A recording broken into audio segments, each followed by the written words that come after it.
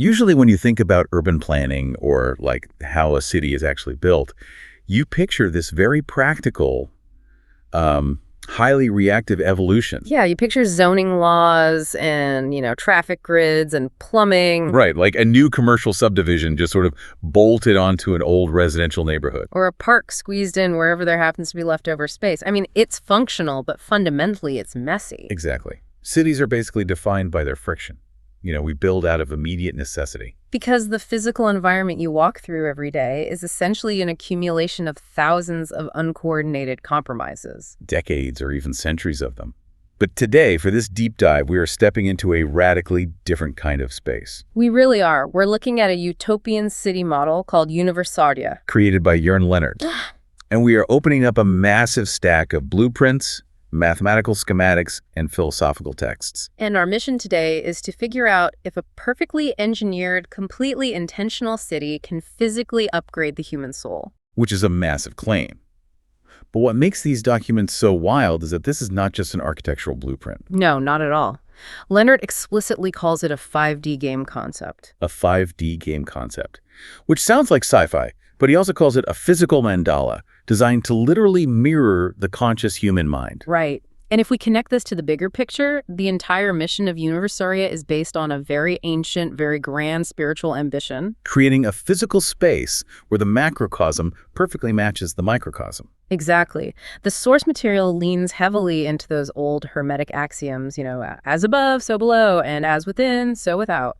So the creator's goal here is to design a city that unites the body, the mind, and the soul through pure geometry. That is the baseline. You're meant to actually live in this mandala. But to understand that 5D game concept, we have to grasp what Leonard means by the fifth dimension here. Right, because we're all familiar with the 3 physical dimensions of space. And the fourth dimension of time. Exactly. But in this framework, the 5th dimension is conscious evolution. So you are meant to play this game simply by existing inside the city's architecture. Yes, leveling up your spiritual awareness as you interact with the environment. It's just a fascinating premise. So before we mentally walk into the actual physical layout of Universaria, we really need to establish the philosophical rules of this universe. Because they dictate every single brick, road, and garden. You certainly cannot parse the physical city without first unpacking that foundational philosophy. Right. And the creator's overarching motto for the entire project is unity in versatility. Which is represented visually by the city's symbol, based on the original PACE flag. And the source makes a very specific, deliberate point about this flag to distinguish it. It notes that this is not the upside-down LGBT version of the rainbow flag. Right. The Universaria flag specifically has violet positioned at the absolute bottom. Which the creator defines as the spiritual color, meaning spirituality serves as the foundational bedrock of the city. We are just relaying the creator's exact specifications here, of course, to understand his symbolic baseline. Exactly. And building up from that violet foundation, Universaria rests on 3 specific pillars. Geometric solids, data cube architecture, and city architecture. Okay, let's unpack this, because Leonard argues that a true mandala one that accurately mirrors the conscious human mind has to contain those 3 layered aspects. Right. So the outer layer represents our body, and physically, that manifests as the literal arrangement of housing and furniture. The actual physical stuff. Exactly. Then the inner layer represents our mind, which corresponds to the structure of what he calls the data cube. Okay, wait. That mapping is fascinating, but it's a little dense. What exactly is the data cube in this context? Think of the data cube as the city's central nervous system, or like a cognitive grid. An informational architecture. Right. Just as your mind processes memories, logic, and potential, the data cube serves as an open source library and an organizational structure for human knowledge. It's the invisible software layer of civic life. Exactly. So the housing is the body, the data cube is the mind. Which brings us to the deepest layer, representing the soul. And the source text defines the soul as the mathematical data of geometric solids. Okay, wait. Stop right there. I know, it sounds a bit intense. It sounds incredibly clinical. If the outer layer is our physical furniture, where does this math fit in? How exactly are we supposed to interpret the mathematical data of shapes as the human soul? Well, what's fascinating here is how literal that translation is for the creator. How so? The soul isn't treated as some nebulous, cloudy, poetic concept. It's defined as the foundational data of geometric solids, which the source calls the basic building blocks of nature. So there is absolutely no separation between nature's fundamental geometry and human spirituality. None. In this framework, the soul is not chaotic at all. It has a crystalline mathematical structure. Like the structure of a snowflake or a quartz crystal. Exactly.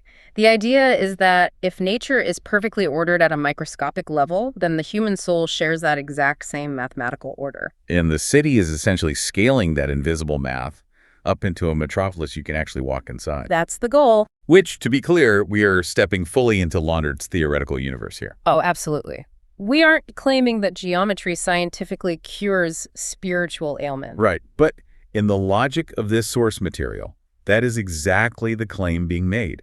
It's taking the most abstract idea possible and giving it a rigid blueprint. It really is. So let's apply that philosophy to the physical entry point. Let's just imagine you are actually arriving at Universaria. Okay, you're driving up to the space. Right. And you immediately encounter very exact dimensions. I mean, the city is a perfect square. 4 by 4 kilometers. Which gives us 16 square kilometers of surface area. And interestingly, the source also specifies 64 cubic kilometers, really emphasizing the three-dimensional volume of the space. Everything operates on multiples of 4 and 8. But before you even get to the buildings, you hit an agricultural ring. Because Universaria is designed to be entirely self-sufficient. Right. The outer frame of the city consists of massive agricultural fields, exactly 4 hectares each. And everything the city needs to survive is grown right there in that outer border. But that agricultural ring also functions as a perimeter, and it comes with a strict arrival protocol. Very strict. When you as a visitor or an inhabitant, arrive at Universaria, you cannot just drive right up to your front door. No, you are required to park your vehicle in specific gray triangles located in the absolute corners of the city's outer perimeter. And here's where it gets really interesting. Once you leave your car in those gray corner triangles, the rules change completely. From that point inward, only electric transportation modules are used. You cannot bring your gas-powered car or whatever transit you used in the outside world into the inner city. You leave it at the border. Which makes me wonder, does this strict border design create a welcoming sense of unity? Or does it feel more like a walled garden? Or even a quarantine zone? It's a fair question. Because it seems like you are forced to leave all your modern baggage at the door. Well, this raises an important point about how our environments dictate our cognitive load. The strictness of the border isn't intended to be oppressive. Right. It's a mechanism for psychological transition. Exactly. Think about the friction of modern cities we discussed earlier. The noise pollution, the exhaust fume. Like constant subconscious stress of navigating unpredictable traffic. By mandating that you leave your vehicle at the border, the city forces you to shed the chaotic vibration of the old world.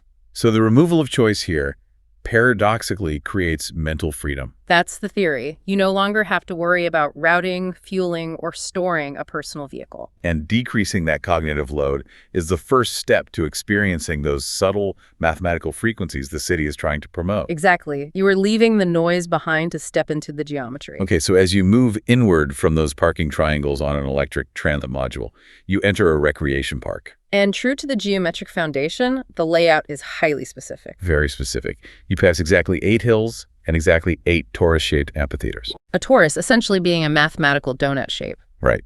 And you also pass 8 lakes. And inside every single one of those 8 lakes, there is an island right in the middle. And notice the deliberate visual cues tying all this together. Everything is connected by yellow lines representing the roads. Why yellow? Well, in color psychology and within the specific spectrum of the city's flag, yellow stimulates intellect, joy, and keeps energy moving. So you follow these yellow pathways until you reach a bridge. And that bridge takes you across a massive, perfectly circular lake that completely surrounds the urban center. It functions almost like a moat. It does. So you cross the water, completing this transition ritual, and you arrive in the community zones. The civic and cultural hubs of Universaria. Let's look at how this intense symmetrical geometry is supposed to shape daily human interactions. Because once you are inside the circular lake, the architecture really orchestrates how you gather and work. It does. At the 4 corners of this inner city, you have 4 massive geodesic domes. And the source points out, these are not small garden domes. Each one is the size of a professional football arena. Huge. And they serve distinct community functions. Right. One houses concerts, another is a sprawling shopping center. One is a wellness oasis, and the 4th is designated as a construction hall. And breaking up the space between those 4 massive domes, you find 8 smaller domes scattered through the design. Which are utilized for conference halls and dance studios. But it's not all just domes. Intersecting all of this are round rainbow areas. Right. The source describes these as botanical gardens featuring different colored flowers. Which directly maps the physical flora of the city back to the color spectrum of that foundational PACE flag. It ensures that the symbolic spiritual foundation is always right there in your peripheral vision. Okay, then you reach the absolute center of Universaria, the core. Occupied by what the creator calls the Universaria University. And the math is front and center again, because the university consists of exactly 64 main modules. And this core is surrounded by 4 parks, 8 grass lawns designated for various activities, and 8 pools. Okay, we need to pause on the obsessive recurrence of these specific numbers. It's very noticeable. We keep seeing 4s, 8s, and 64s. 4 kilometers, 4 hectares, 4 massive domes. 8 hills, 8 lakes, 8 lawns, 8 pools. And then the 64-module university at the heart of it all. Yeah. Why these numbers? Is 64 arbitrary? Not at all. In the realm of sacred geometry and natural law, 64 is considered an architecture of infinite possibility. How so? Well, think about human biology. There are exactly 64 codons in human DNA. Oh, wow. And if you look at ancient philosophy, there are 64 hexagrams in the I Ching. Even in games of pure strategic potential, there are 64 squares on a chessboard. So by building the center of the city with 64 modules, the design attempts to anchor the community in the foundational code of human potential. Exactly. The rigid mathematical numbers provide the framework, while the elements filling that framework, the water in the pools, the grass, the colored flowers, provide the organic softness. But that leads me to a big question. With everything so perfectly symmetrically planned in these rigid sets of 4s, 8s, and 64s, where is the room for messy, organic human life?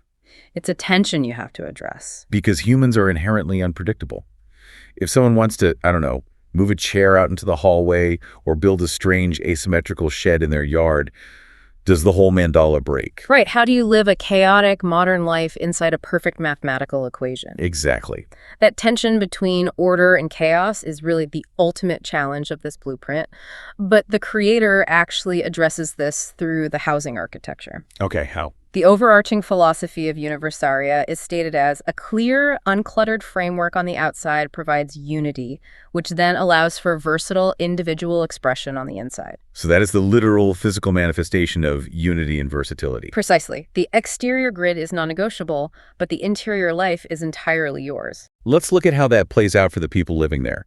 Because the source details 4 distinct types of living arrangements that surround the center pools and parks. Catering to different stages of life, yeah. First, you have the condominium style.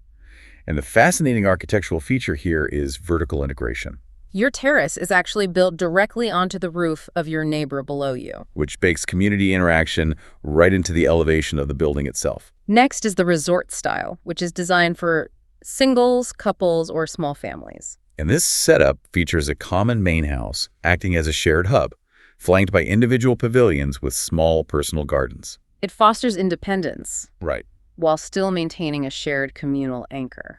Then the third is the 12-house style, specifically designated for much larger families, providing substantial interconnected space, And finally, the fourth option is the garden condos. which also feature a common main house, but are tailored for individuals who want to actively grow their own food right in their front garden. Participating directly in the city's self-sustaining ethos. So notice how the variety in lifestyle is accommodated, but it is all still fiercely contained within that larger, perfect geometric grid. It is. It really makes me think of an analogy. Living in Universaria sounds a lot like being a component on a computer motherboard. Okay, walk me through the mechanics of that. Well, think about a motherboard. The physical hardware, the grid, the silicon pathways, the exact spacing of the pins, it's completely rigid. It's crystalline. And it has to be perfect, Right. or the entire machine fails. That represents the strict city grid of Universaria. But that unchanging hardware is exactly what powers and enables the software to run. And the software is infinitely unique, unpredictable, and versatile. Exactly. The software is the individual human lives. The strict geometric grid is simply the optimized power delivery system for the human experience. That is a highly accurate way to visualize the mechanism at play, especially because the source material explicitly defines the city as an energy generator. Wait, really? An energy generator. Yes. The culmination of Universaria's design is not just to provide shelter, but to actively generate energy for its inhabitants. And how's that possible? The text claims this mechanism relies entirely on its unique mandala design, which is modeled after the 64 tetrahedron grid. Okay, so what does a 64 tetrahedron grid actually do in this context? Yeah. Is the city physically generating electricity through geometry, or is this about generating a psychological state from living in perfect mathematical harmony? Within the logic of Leonard's framework, it really blurs the line between subtle physics and profound psychology. Let's break down the 64 tetrahedron grid. Okay. In sacred geometry, a tetrahedron is a pyramid with a triangular base. Right. When you interlock 64 of them in a specific pattern, you create a fractal grid that is theorized by some alternative physicists to be the fundamental geometry of the vacuum of space itself. A shape of absolute equilibrium. Exactly. But how does walking around inside a giant version of that shape give you energy? Think of it like a tuning fork. If a piano is playing a specific note across the room and you hold up a tuning fork calibrated to that exact same frequency, The fork will begin to vibrate on its own. yes, it catches the resonance. Oh, wow. The concept here is that the universe is humming a foundational mathematical frequency.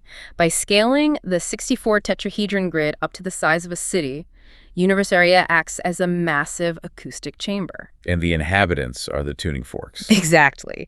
By living inside this perfectly calibrated shape, you are constantly resonating with the fundamental frequency of nature. So the energy generated is a state of cognitive clarity, physical health, and spiritual alignment. Because you aren't wasting your personal, internal energy fighting the disjointed, chaotic environment of a normal city. Which brings us back to where we started.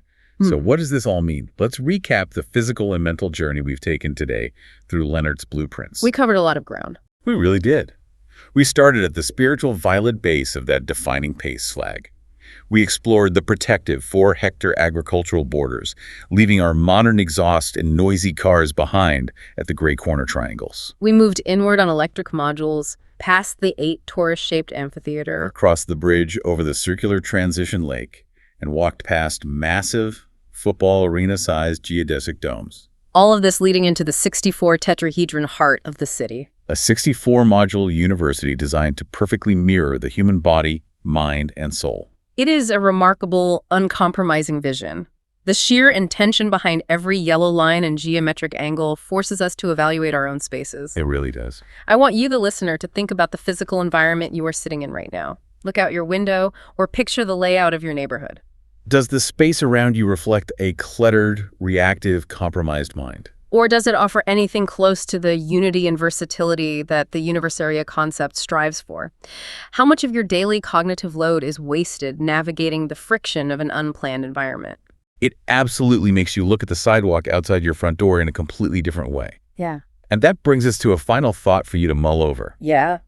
The entire premise of this deep dive dictates that Universaria is built on geometric solids because those specific mathematical shapes perfectly mirror the universal human soul. But what if the soul isn't universal? That's a fascinating question. If you were tasked with designing a physical city from the ground up, one that perfectly mirrored the unique, highly individual architecture of your own mind and soul, what shapes or structures would dominate? Would your internal city be a perfectly ordered, symmetrical 64 tetrahedron grid? Or would the architecture of your mind look wildly, unpredictably different?